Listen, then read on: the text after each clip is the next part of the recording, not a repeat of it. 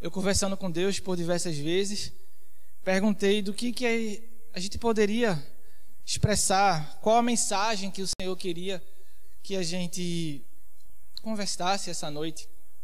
Então eu me lembrei de um estudo que eu venho fazendo há um tempo, e é um estudo que fala sobre humildade. No passado, lendo o livro A Verdade sobre os Anjos, eu fiquei muito interessado em estudar mais sobre o tópico orgulho e humildade. E a gente sabe, né, que orgulho e humildade é muito falado na Bíblia, é muito falado. E aí eu cheguei a um raciocínio, né, que talvez o orgulho seja um dos pecados piores que nós temos, porque esse pecado ele vai levar a uma consequência de diversos outros pecados. Talvez ele esteja ali na raiz que vai promover diversos outros pecados. E então eu gostaria de iniciar lendo Isaías 10, 12 a 16. Vamos ler? Isaías 10, 12 a 16.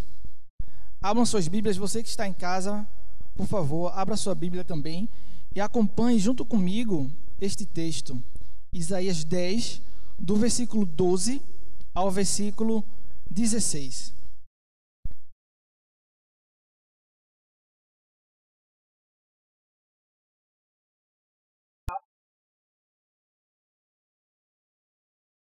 Antes de iniciar, vamos orar e pedir a Deus sabedoria.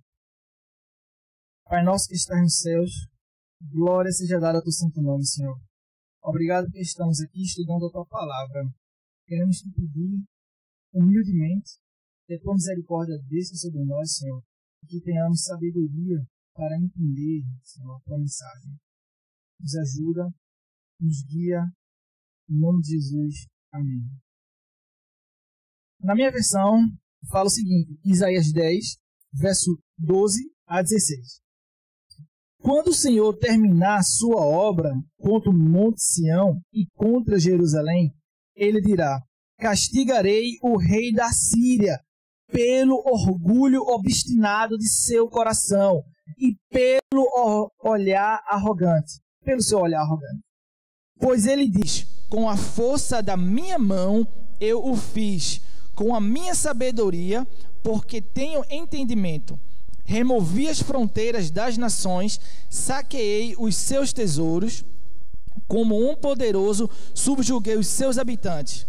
Como se estica o braço para alcançar um ninho, assim estiquei o braço para apanhar a riqueza das nações. Como um que ajunta os ovos abandonados, assim ajuntei toda a terra. Não houve ninguém que batesse as asas ou que desse um pio. Será que o machado se exalta acima daquele que o maneja? Será que se vangloria contra aquele que a usa? Seria como se uma vara manejasse quem a ergue, ou o bastão levantasse quem não é madeira. O verso 16 fala o seguinte: por isso, o soberano, o Senhor dos exércitos, enviará uma enfermidade devastadora sobre os seus fortes guerreiros. No lugar de sua glória se acenderá um fogo como a chama abrasadora. Esse verso 16, ele, para mim, ele é bastante intrigante. E no final, né, do nosso sermão, vocês vão entender por que eu acho ele intrigante. Eu tenho algumas suposições acerca dele. Mas veja, esse verso aqui, ele nos conta a história de um império que Deus escolheu para ser a sua vara, para mostrar a sua ira, para ser o seu cajado. Podemos dizer, talvez nos termos atuais, para ser a polícia federal, para ser o exército de Deus nos tempos antigos. A Síria, o Senhor escolheu esse povo para se tornar grandioso naquela região da Mesopotâmia, onde a Síria estava, para que a Síria pudesse fazer a vontade de Deus, ser a polícia naquele local, naquela região que existia tanta idolatria, que existia tanta adoração a diversos deuses. Quando o Senhor ele estabelece a Assíria dessa forma, a Assíria ela não se reconhece como sendo usada por Deus. O rei da Síria, Isaías ele nos fala, o rei da Síria diz que ele sozinho, em sua sabedoria, e ele ainda usa o termo dizendo que ninguém ousa a dar um pio. Será que a Síria era de fato tão grandiosa assim? O que seria esse império da Síria, né? Será que não existiu algum exagero nas palavras desse rei da Síria, né? Será? Bom, quando a gente vai para a história, a gente estuda que de fato a Síria foi um grande império muito poderoso, um império que tinha muitos soldados, e além de ter uma grande quantidade de soldados, os soldados da Assíria, eles eram altamente treinados. A Síria tem uma influência muito grande para a arte da guerra. Por exemplo, a Assíria foi nesse império que se desenvolveu a primeira bota militarizada da história. Os guerreiros assírios, eles possuíam cavaleiros de guerra, e além dos cavaleiros de guerra que eles possuíam, eles tinham tecnologia para avançar sobre imensas cidades que estavam localizadas naquela região ali. Por exemplo, a gente sabe que existiam muitas cidades fortificadas. E como que eram essas fortificações? Essas cidades fortificadas, elas tinham imensas muralhas gigantescas, praticamente intransponíveis. A Assíria, com a sua tecnologia, conseguia ultrapassar aquelas muralhas. O que é que eles tinham? Eles conseguiam montar uma rampa, que é chamada de rampa de cerco, e que a Bíblia também menciona essa rampa de cerco. E com essa rampa, eles tinham carros que são chamados de arietes, e nesses carros eles conseguiam derrubar as pilastras dos muros, dessas muralhas, e quando derrubava, a muralha obviamente caía e seus soldados invadiam. Eles tinham arqueiros poderosos, eles tinham soldados que estavam o tempo inteiro com fundas. Eles conseguiam vencer todos os impérios naquele local. A Síria realmente é um império muito, muito poderoso. Inclusive foi um império que dominou a Babilônia, tá? Dominou também o Egito, entre outros povos que estavam ali. Inclusive estava nesse momento que o Isaías ele comenta no território de Judá. Já havia conquistado os reinos do norte, os reinos as cidades, né, de Israel. A Síria, ela cresce bastante. A sua tecnologia, o seu poderio faz com que ela olhe para si mesma e diga da seguinte forma: eu, a Síria, sou poderosa. E aí me vem aquela famosa frase, né? Do que adianta ganhar o mundo e perder a sua salvação? Era assim que estava o Império Assírio. O Império Assírio tinha conquistado todo mundo presente naquele momento. Deus tinha dado esse poder para a Síria. Esse poder que a Síria recebeu não veio de nada. A palavra do Senhor nos diz que a Síria recebeu esse poder vindo das mãos de Deus. A Síria deveria ser uma bênção naquela região. A Síria deveria servir para eliminar a idolatria, para eliminar a adoração repugnante a diversos deuses que existiam naquela região ali, próxima a Israel. Mas a Síria, ela faz isso e faz também com muita crueldade. E aí eu me pergunto, quantas vezes Deus ele não nos dá bênçãos? Quantas vezes Deus ele não nos torna ricos? Quantas vezes Deus ele não nos dá oportunidade de influência? Tem gente que tem influência política tremenda, influência política de nível mundial. Tem gente que tem influência política de um nível local. Tem gente que tem muitas posses. Tem gente que não tem nada disso, mas tem uma bênção do Senhor.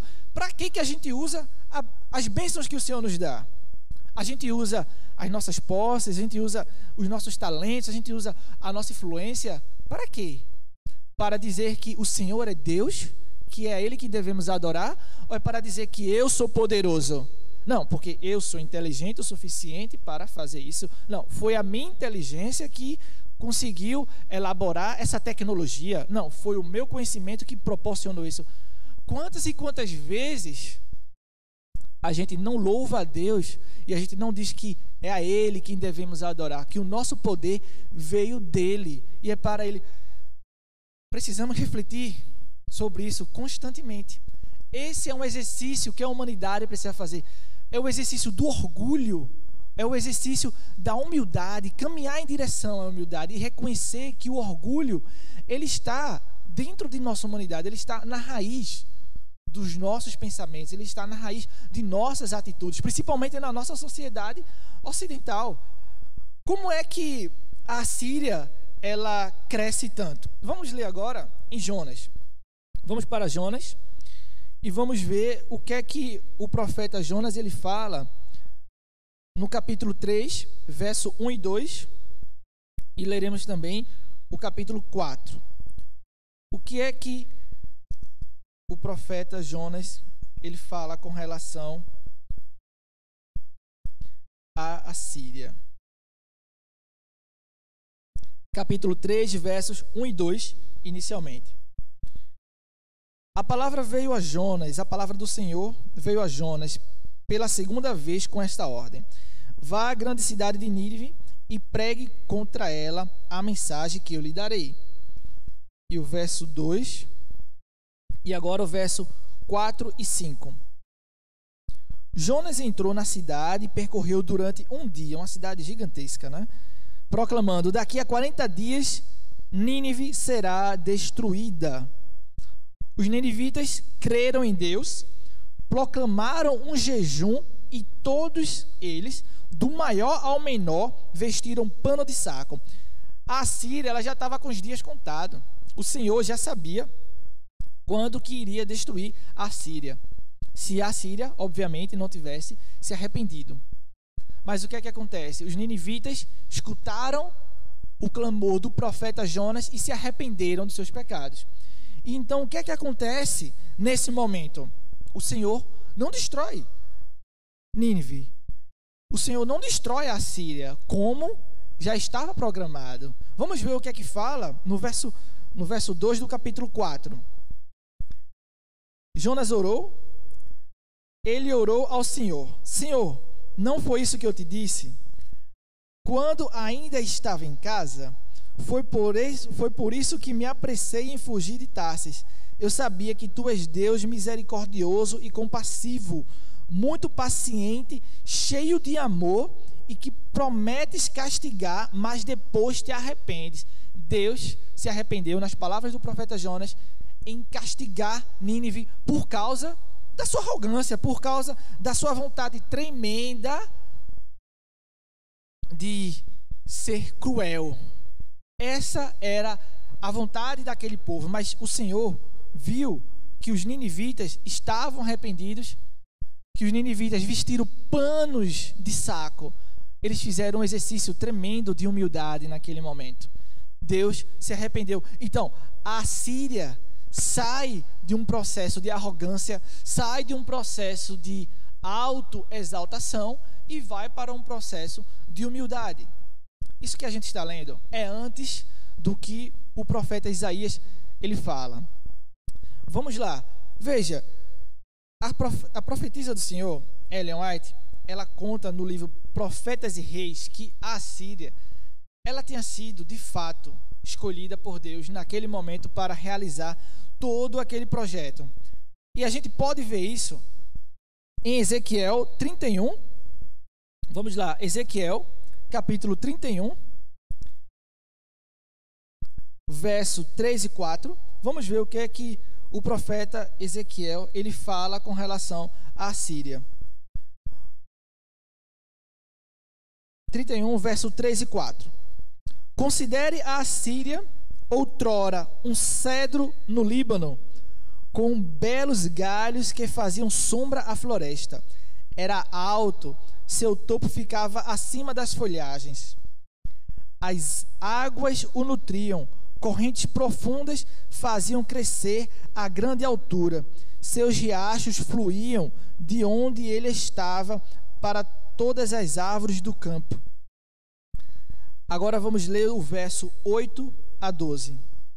Os cedros do jardim de Deus não eram rivais para ele. Vejam, o cedro no jardim de Deus.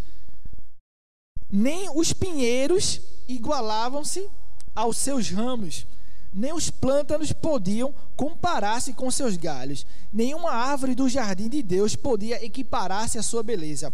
Eu o fiz belo com rica ramagem, a inveja de todas as árvores do Éden, do jardim de Deus. Portanto, assim diz o soberano, o Senhor, com ele se ergueu e se tornou tão alto, alcançando o seu topo acima da folhagem espessa. E como ficou orgulhoso à sua altura. Eu o entreguei ao governante das nações para que este o tratasse de acordo com a sua maldade. Eu o rejeitei. O Senhor rejeitou a Assíria devido ao orgulho desse império. Que sentimento terrível. Que sentimento terrível é esse sentimento, o orgulho. Sentimento que está presente em nossos dias. A gente fala muito hoje de o novo normal, né? É o que se fala. O novo normal. Virá tempos de dificuldade, virão tempos de agonia, porém também pensamos em dias melhores. Porém, esses dias melhores sempre se pensa no lado econômico, sempre se pensa no lado material, no lado da individualidade. Nunca se pensa no lado da ética, no lado da moral, no lado da humanidade. Será que estamos caminhando, de fato, para aquilo que o Senhor, Ele planejou? A Assíria, ela passa por uma trajetória tremenda. Veja, vamos acompanhar a trajetória desse império. Ela sai da grandeza e crueldade, onde ela ia ter o destino de destruição. Primeiro, a Assíria já era grande e já era poderosa. E o Senhor tinha prometido para a Síria destruição. O profeta Jonas foi lá falar que a Síria seria destruída. Mas o que é que acontece? Com arrependimento e humildade, a Síria, ela alcança a bênção de Deus. Essa bênção tremenda, ou seja, ela deixou de passar pela sua promessa de destruição. Então ela recebeu essa maravilhosa bênção. Mas o que é que acontece? A Assíria, ela olha para si, permanecendo rica e poderosa, se enche de crueldade, se enche de orgulho, e aí o que é que acontece? Rejeitada. Ela é rejeitada. O império da Assíria, devido ao orgulho, por ela não ter reconhecido o poder de Deus na vida dela, ela foi rejeitada. Meus irmãos, nós podemos ser rejeitados naquilo que o Senhor, Ele propõe para a nossa vida. O Senhor tem um propósito para a vida de cada um de nós. O Senhor tem um propósito para que eu, na minha influência política, eu, na minha influência financeira, eu, na minha influência como professor, no meu caso, eu, na minha influência, seja lá onde for, eu com minhas posses, eu sem posse alguma, mas eu diante das bênçãos do Senhor, Ele tem uma promessa, Ele tem um projeto para a minha vida e Ele quer que eu use o meu talento para a obra dEle, unicamente dEle. Mas a partir do momento que eu olhar para mim, eu disser assim, olha, esse talento aqui é meu, surgiu de mim porque faz parte da minha natureza, eu sou poderoso. Mesmo a gente estando aqui, na casa do Senhor, a gente pode estar falando, eu mesmo posso estar pregando e pensando, não, isso daqui é da minha inteligência, porque eu li a Bíblia sozinho, e aí veio todas essas ideias. Tudo tem que ser dado glórias a Deus. A gente precisa voltar tudo para o Senhor. A Síria foi rejeitada porque ela não reconheceu o poder de Deus. Ela se orgulhou de si própria. Orgulho, que sentimento terrível. No livro A Verdade sobre os Anjos, Ellen White, na página 38, ela comenta um pouco sobre os primeiros capítulos do Gênesis. E aí a gente já tem aquela luz sobre o orgulho, como o orgulho ele já se inicia ali na história da humanidade, né? E aí a gente vê, nesse momento, ela falando a história de Caim e Abel. E então, Abel, sendo o filho mais novo, o irmão mais novo, né? Ele chega para Caim e diz: olha, faz a vontade do Senhor. Deus ele só quer que você entregue a oferta como ele pediu. Somente isso. Ellen White ela diz o seguinte, que Caim, por meio de orgulho, porque seu irmão era mais novo do que ele, rejeitou o conselho do seu irmão e posteriormente vai e mata-o. Mas o motivo foi orgulho. Claro que vai ter outros motivos aí também, mas o motivo inicial foi o orgulho de não querer ouvir o seu irmão, de não querer ouvir a voz de Deus. Inclusive um anjo veio até ele e orientou, mas por orgulho ele não aceitou. Terrível, terrível esse sentimento, inveja, orgulho. A inveja surgindo a partir do orgulho. Que sentimento é esse que está na nossa raiz? Desde o começo da humanidade, esse sentimento está ali. No livro Caminho a Cristo, na página 108, eu quero ler esse texto para vocês, porque é um texto tremendo. E nós precisamos, de fato, compreender o que é que esse sentimento ele proporciona para a gente. Olha, os ensinos e restrições da palavra de Deus não agradam ao coração orgulhoso e amante do pecado. O que Abel estava fazendo ali naquele momento era ensinando a palavra de Deus. Estava apenas ensinando a palavra de Deus, mas o coração orgulhoso, amante do pecado, ele rejeita a palavra de Deus. Ele não aceita, ele foge daquilo ali, ele fica irritado.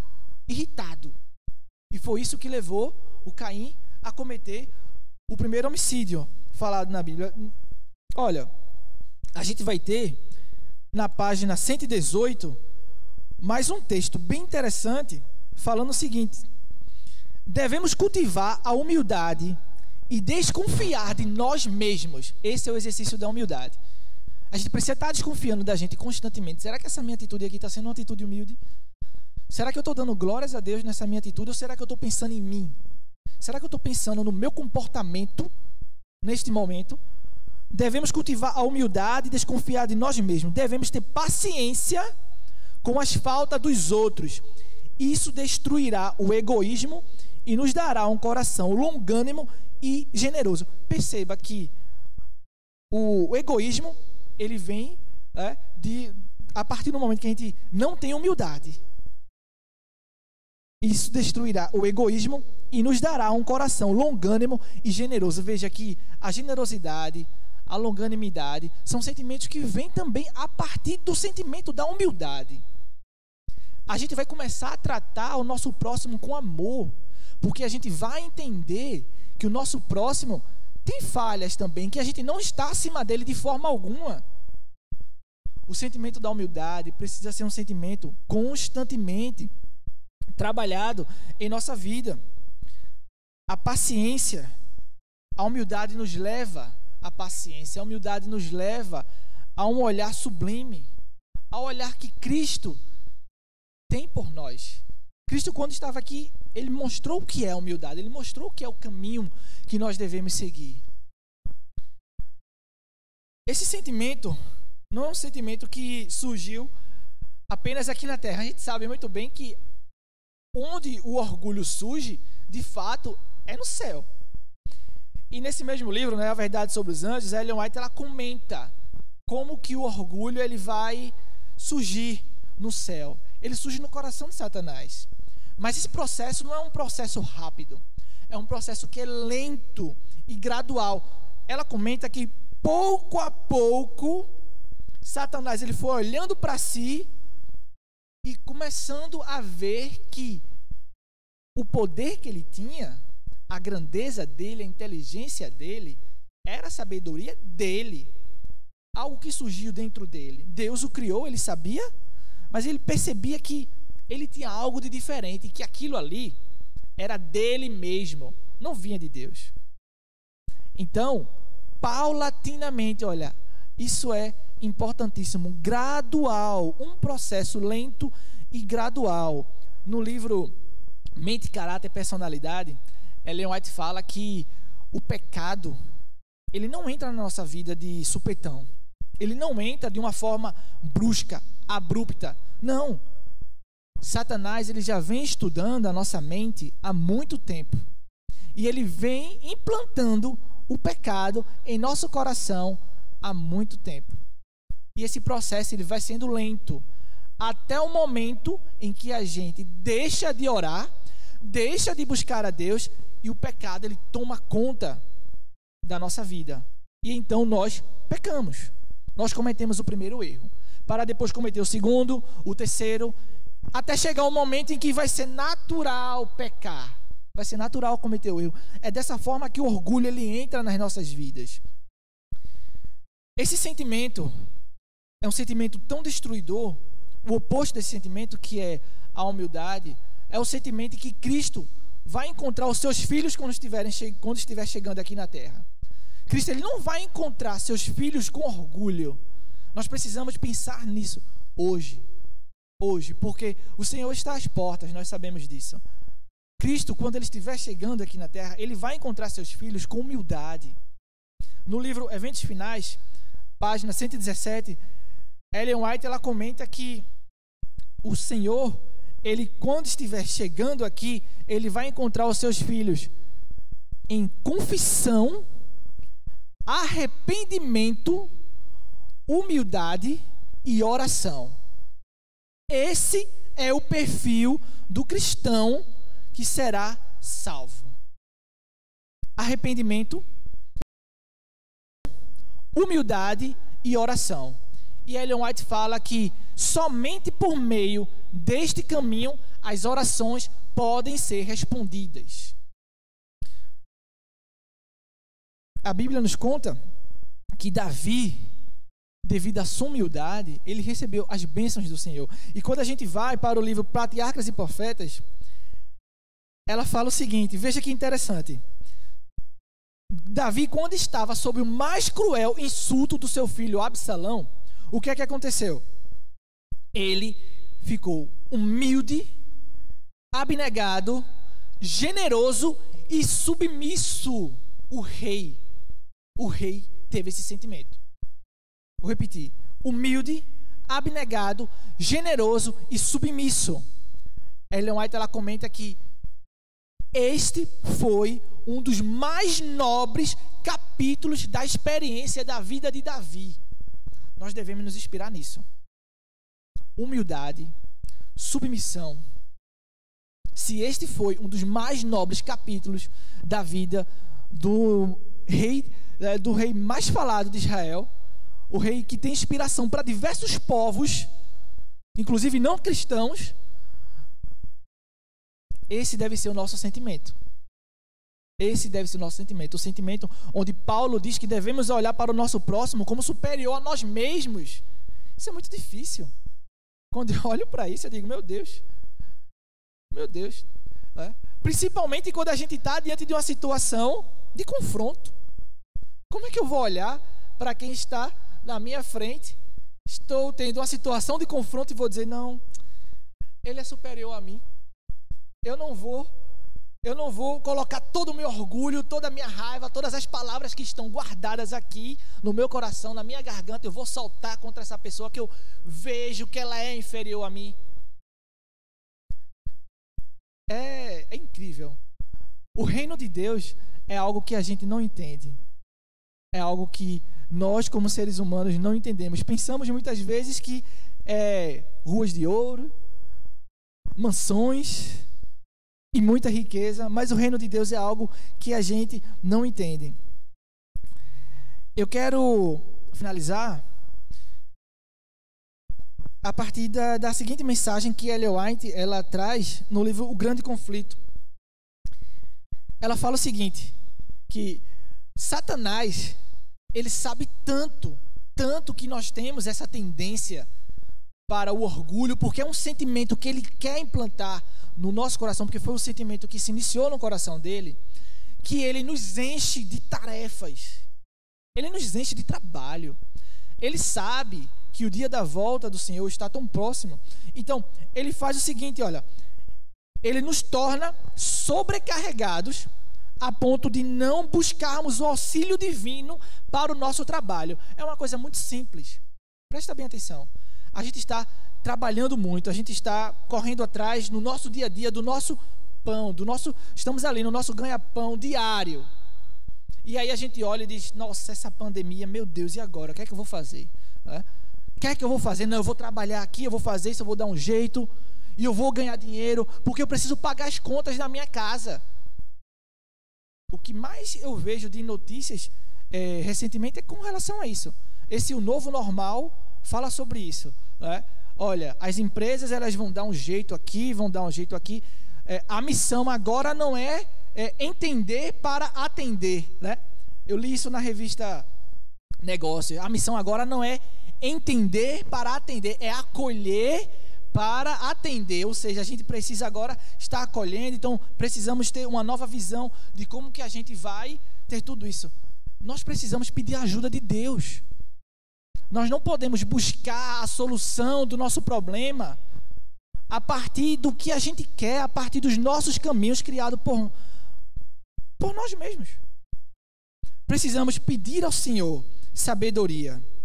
Precisamos pedir a Deus que Ele nos ajude. É dessa forma. Satanás, ele sabe que nós temos essa tendência de buscarmos por nós mesmos a solução dos problemas, mas nós temos que nos ajoelhar. Nós precisamos pedir ao Senhor que constantemente Ele atue em nosso coração. Eu quero ler agora o último texto, somente para que a gente entenda como que a Assíria, ela cai. E aí vocês vão entender por que no começo eu falei que acho bem interessante, né? Isaías 10, o versículo 12 a 16, em especial o versículo 16, quando ele fala de que os seus soldados morreriam de uma doença terrível, né? Então vamos ler, tá? Para a gente finalizar, Isaías 37.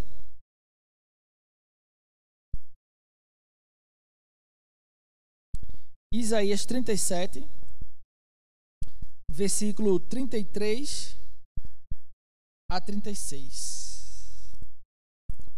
Isaías 37.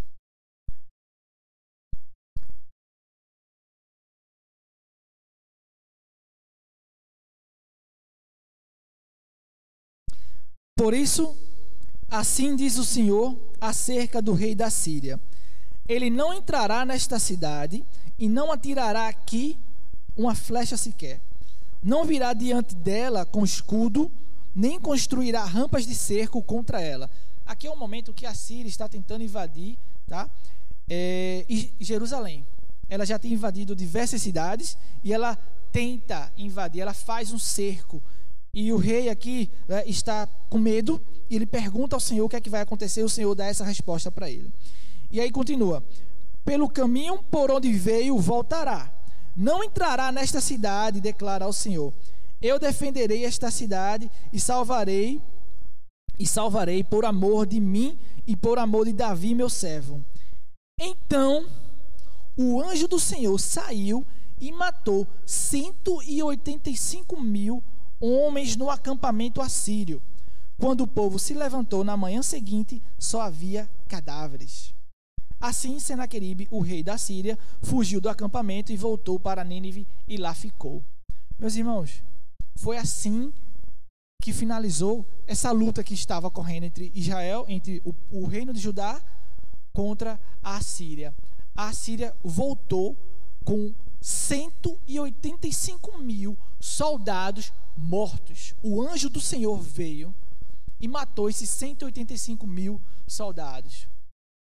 A Síria não deveria jamais estar ali.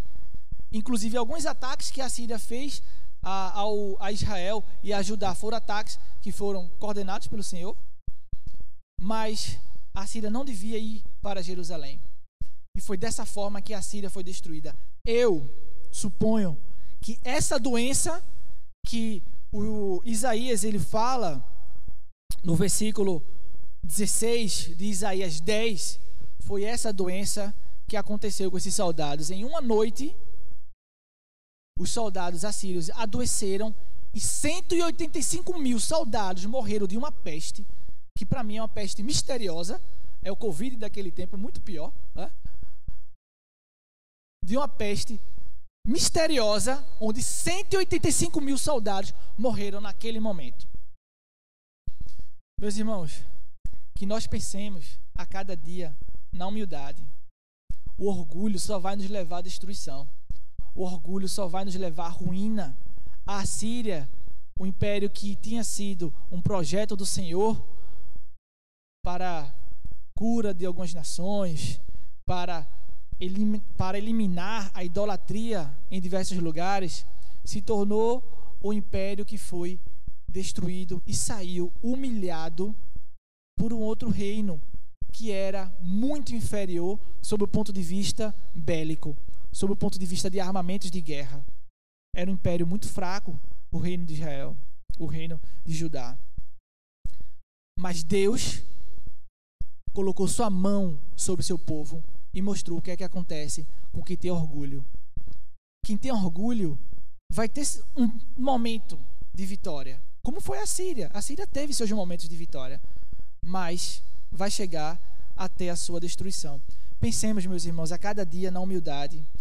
Esse é o sentimento mais nobre que nós podemos desenvolver nos dias de hoje.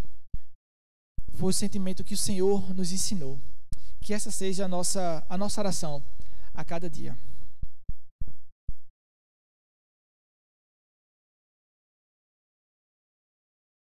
A oração final. Você que está em casa, feche seus olhos. Vocês que estão aqui, né? Fiquem de pé. E vamos falar com o nosso Deus. Maravilhoso Pai, eterno Criador. Obrigado pelo teu amor. Obrigado pela tua graça. Obrigado pela tua misericórdia.